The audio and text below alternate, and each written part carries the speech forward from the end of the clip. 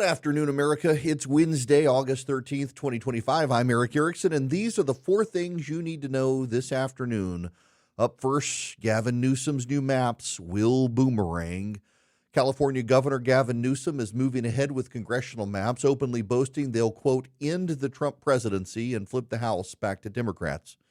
Draft lines could come as early as Friday. Now, the mechanics aren't fully spelled out yet. California has a nonpartisan commission that's constitutionally approved. There's talk of legislative maneuvers and ballot measures, but the stated goal is very openly partisan, as all these efforts on both sides are.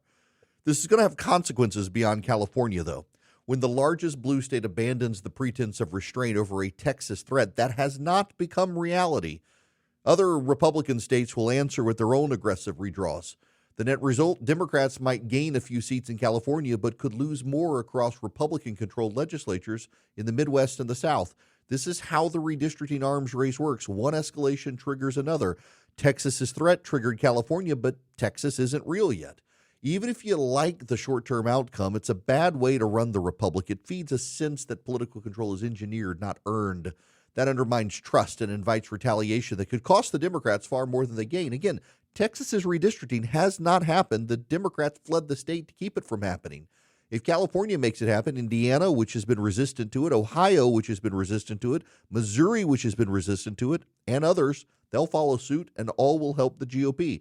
By the way, it's worth noting from an independent review from 538 last year that if every state drew compact districts that did not take into account partisanship, Republicans would actually have more seats in Congress. Why? Because partisan Democratic states have redistricted so much more than Republican states. They should keep that in mind. Now, up next, Ukraine and the red lines before the Alaska summit. President Trump has been meeting virtually with European leaders and President Zelensky to align on red lines before his upcoming summit with Vladimir Putin in Alaska on Friday. The agreed-upon points: no territorial talks without Ukraine at the table. A ceasefire must come before broader negotiations. European allies are also pushing for hard security guarantees for Kiev that Moscow would have to accept. Zelensky has publicly repeated that he will not trade land for peace, while Russia continues to insist on Ukrainian recognition of its claims over four regions. That's not a real negotiating starting point. It's a demand for surrender from Ukraine. The president's approach here is sound, despite what his critics say.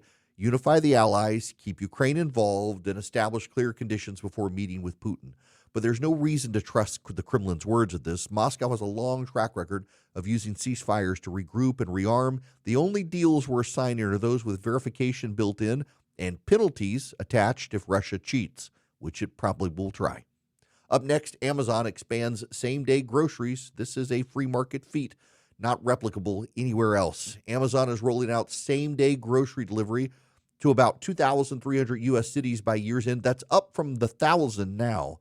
Orders over $25 will qualify for same-day delivery for Prime members. Competitor shares all slid on the news.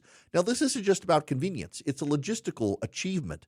Advanced routing software, strategically placed fulfillment centers, cold chain infrastructure, and massive data analytics working in sync.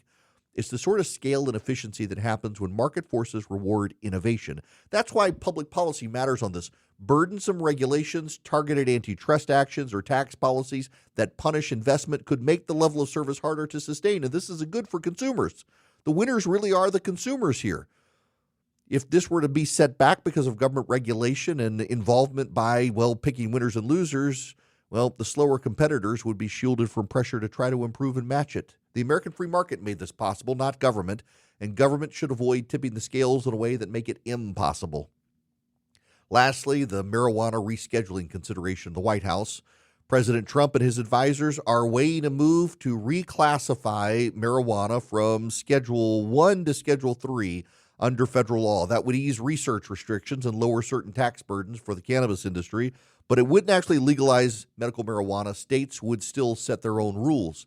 Inside the administration, there's a real split on this. Some see it as modernization. Others, including many in the president's base, thankfully see it as a part of a broader cultural slide that they oppose. They argue normalizing marijuana use erodes discipline, productivity, and public health, which, by the way, repeated studies show. Rescheduling is a policy choice, but it's also a cultural signal in decline. A serious country doesn't shrug at the cost of widespread drug use, even when people try to obscure marijuana as something innocuous. If there's consensus anywhere, it's on legitimate medical research and strong safeguards against abuse. Beyond that, lowering the barriers to use, I should say, without equally strong barriers against misuse, it risks accelerating the decline of the country. We're seeing this in those states that have legalized marijuana, the increase in schizophrenia and other healthcare costs that come from it. It's too much for this nation to risk. Decline is a choice, and too many blue states have chosen to decline. The nation should not. That's it for stories, a governor's gambit that may backfire nationally, a president aligning allies before facing down Putin, a company showing what free enterprise can deliver for consumers, including groceries, and a White House decision that'll say as much about our cultural priorities as our drug policy. Those are the four things you need to know this afternoon. I'm Erick Erickson. Have a great day.